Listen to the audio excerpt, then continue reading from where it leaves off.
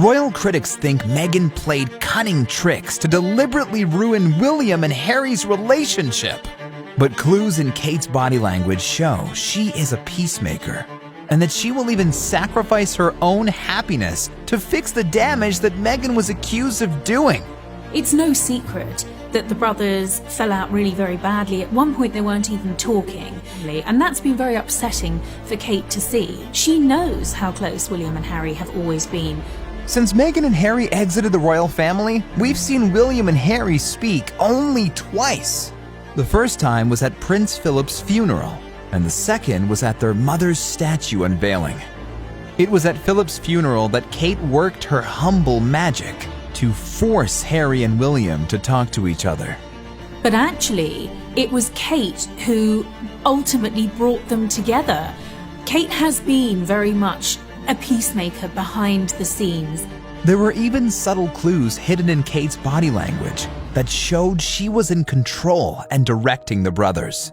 She knows how to look casual and still hold that respect. So she never moved her head from Harry. She had his attention and made it very easy for William just to have a little word in a word. And Kate kept that attention, kept that energy, kept his focus. And it was genius under an enormously stressful situation.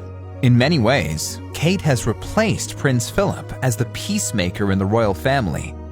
I think Kate is the glue, in the same way that the Duke of Edinburgh was always the one who would help resolve family issues. He was the patriarch of the family. I see Kate stepping into that role, trying to keep things together. But on the contrary, Philip apparently viewed Meghan as destructive and divisive a force as Wallis.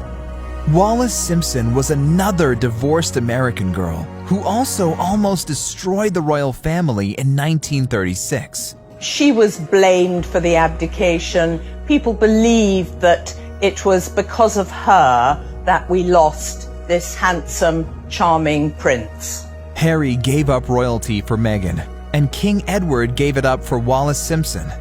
For Philip, it was inconceivable, because in his eyes, duty to the crown always had to come first.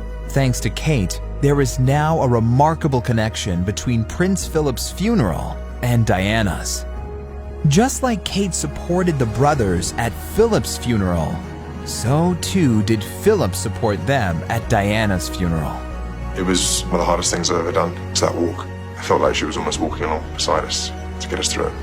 By this point, both of us were in shock. But it was Prince Philip who gave them the strength to come together and to walk side by side behind her coffin.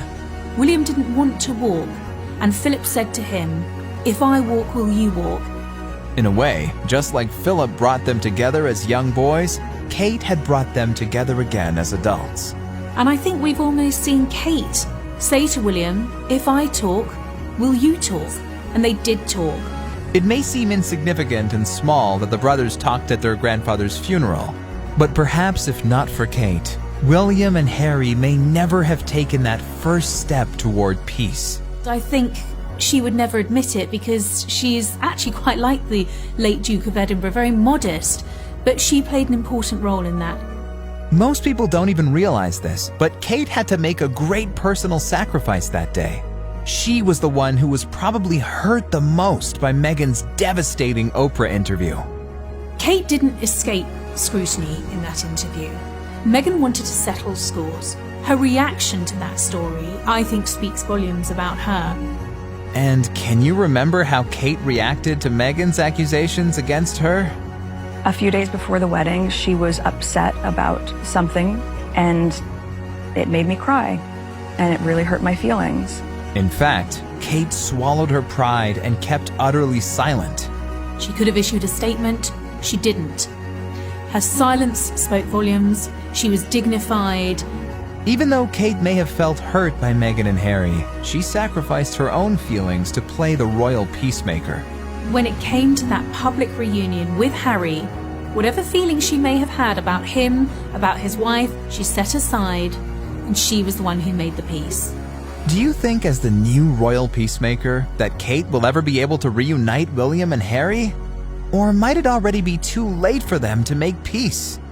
Let us know what you think, and stay tuned for more royal bombshells.